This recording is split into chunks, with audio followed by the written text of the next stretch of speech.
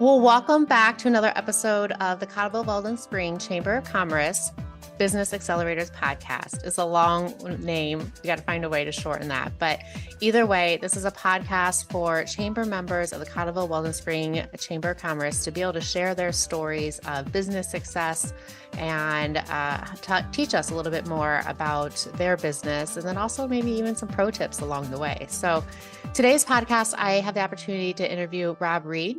He founded his own financial firm, and I got to really talk about client expectation and how he onboards his client base and talk about his niche market, which I think so many of us forget to think about when we start a business. We always think about we just want to serve anybody we possibly can to generate revenue, but really honing in on that niche market and what that process needs to be.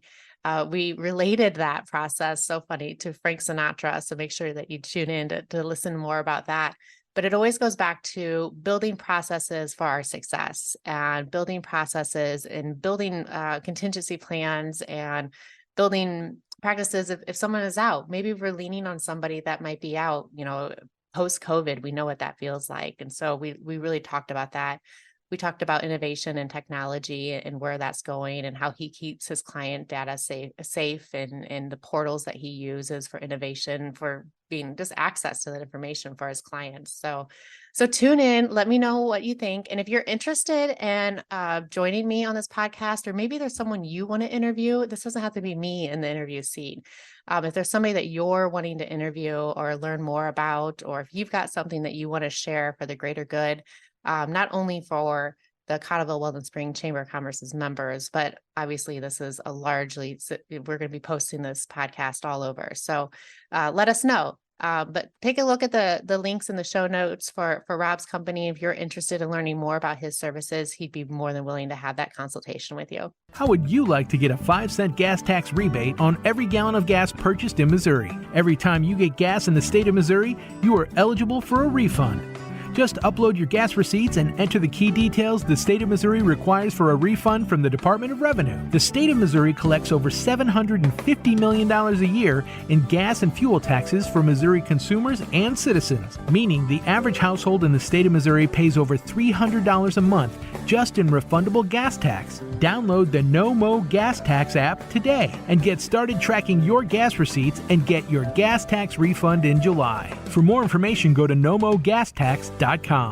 Rob, I appreciate you doing this and raising your hand. This is our fifth recording for the Cottleville Weldon Spring Business Accelerators podcast. And so I appreciate you jumping into it. It's really going to be fun for me because we hardly know each other. Yeah. And so everything that I learned today is really going to be firsthand. And so I'm really excited about that opportunity.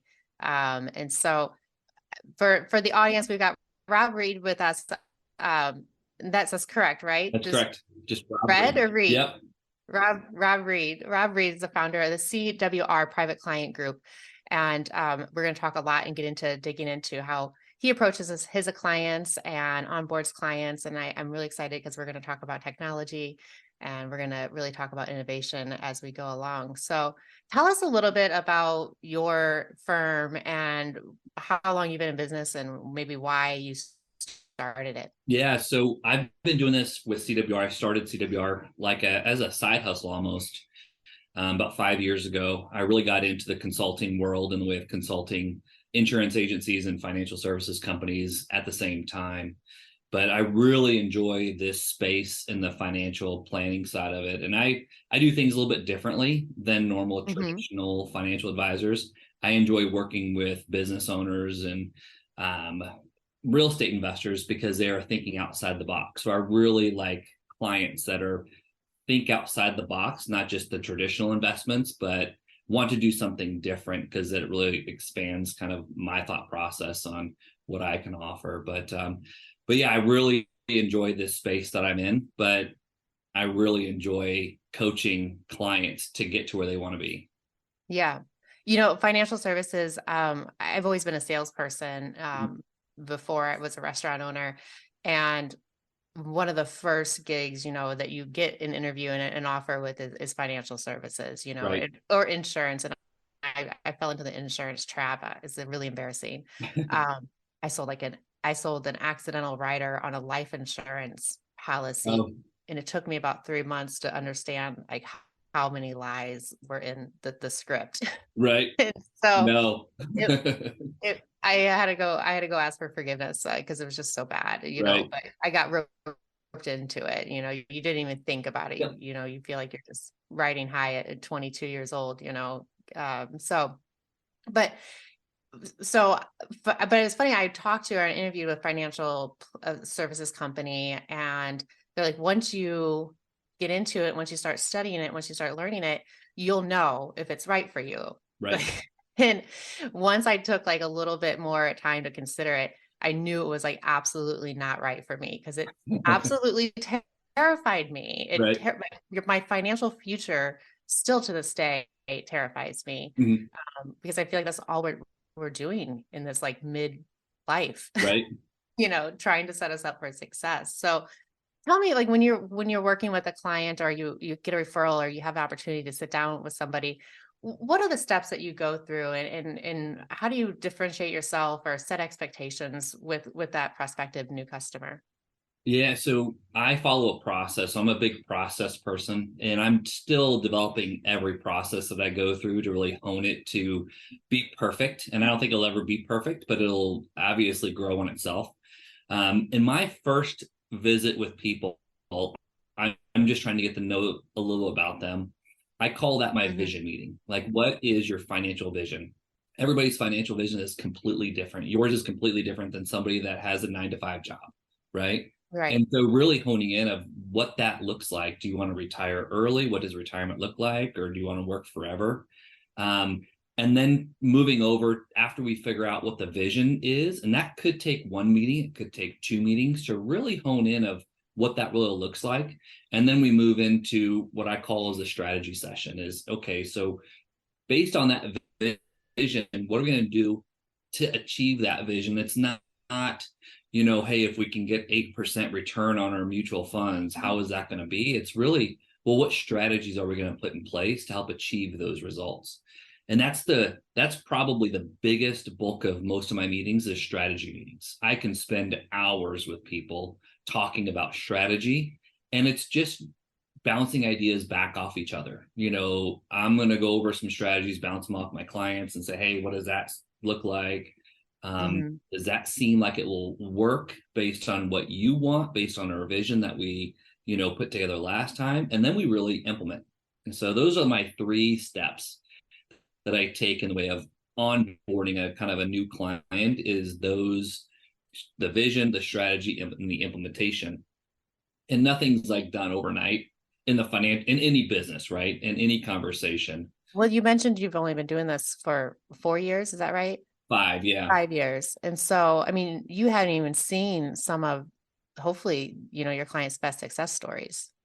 Yeah, well, so I've been in the kind of the business for about 22 years. I started with a Okay. big broker dealer back in 2001. Hmm. And then kind of moved to a couple different companies. But so I've really had time to kind of understand my business, and that's Okay. why I kind of bring it to something different. But I'm trying to hone something different that's not talked about in the financial services world in what I bring to the table, because I want to be unique and different, as we Yeah. all. Yeah. Well, you mentioned talking about like real estate investors. And I think that, we always talk about like your niche market, right? And so, birds of a feather, flock together, right? So if you're a real estate investor, you probably have 4 or 5 other real estate investors that you Yep. work with as well. So, that referral program. And I know that personally, I know that referral program, when I talk about my accountant to another business owner, they want to know who my accountant is, Yep. and there's a lot of shared people in that space when you start talking about really dialing into your niche market. So I applaud you for identifying that, because I think a lot of people will just, try to just make their niche market as they go along. Yep. So how do you set up those expectations? And that's been something I know you and I sat at a meeting about 2 weeks ago. And we talked about expectations and Mhm.